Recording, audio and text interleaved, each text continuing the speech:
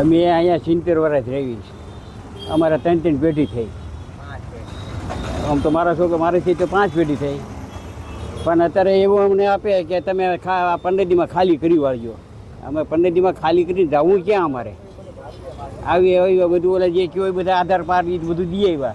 અમને લખાણ કાગળીએ આપ્યા નહીં. લોકો મ્યુનિસિપાલિટી ઓફિસે કોર્ટનું લખાણ કરીને હું દઈ આવ્યો વકીલ પાસેથી.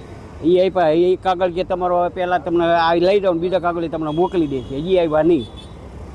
હમણાં ઓલા વાંધા અરજી આપી ને એટલે વાંધો બધો દેખાડ્યો. ભાઈ અમે આ 70 વર્ષ આવી.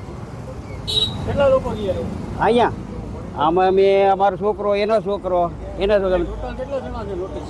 આમાં કેટલા ટોટલ પડ્યા આજુબાજુના કેટલા મકાનની નોટિસ મળી? શું કે આજુબાજુમાં કેટલા ઘર છે? આ આજુબાજુમાં તો 7-8-10 ઘર છે. પછી બીજા આમ બધા થઈને 30-40 ઘર જેવું થઈ જાય. 30-40 ઘરને નોટિસ મળી. હા, ચોમાસું માટે જેમ શું કહે છે? એટલે ઈદ કેવી છે ને ક્યાં જવું?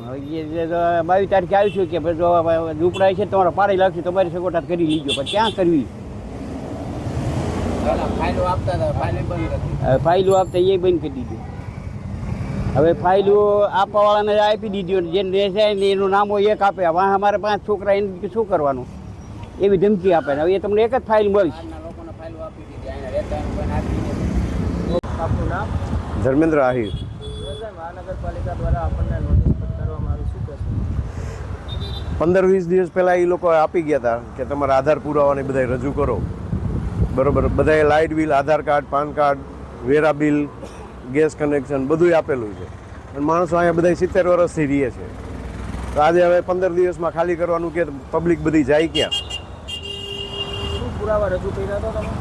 લાઇટ બિલ આપ્યા છે, વેરા બિલ ને બધું આપ્યું છે, આધાર કાર્ડ, પાન કાર્ડ બધું માગ્યું હતું, ગેસ બિલ બધાય માગ્યા હતા, બધું આપ્યું છે. શું માંગ છે હવે તમારી? હા, આજે આટલા વર્ષોથી રહેતો હોય તો અહીંયા જ રહેવાનું હોય ને. કાં રહેવાની વ્યવસ્થા કરી દો. ચોમાસું માટે જેમ શું કહે છે? ચોમાસું માથે ને કેવી રીતે કરવાનું? અત્યારે તાત્કાલિક એવું 15 દિવસમાં કેવી રીતે કોઈ પણ આટલી પબ્લિક રહે તો 15 દિવસમાં કેમ કરી શકે બધી પબ્લિક? અથવા કોઈને રજૂઆત કરી હતી?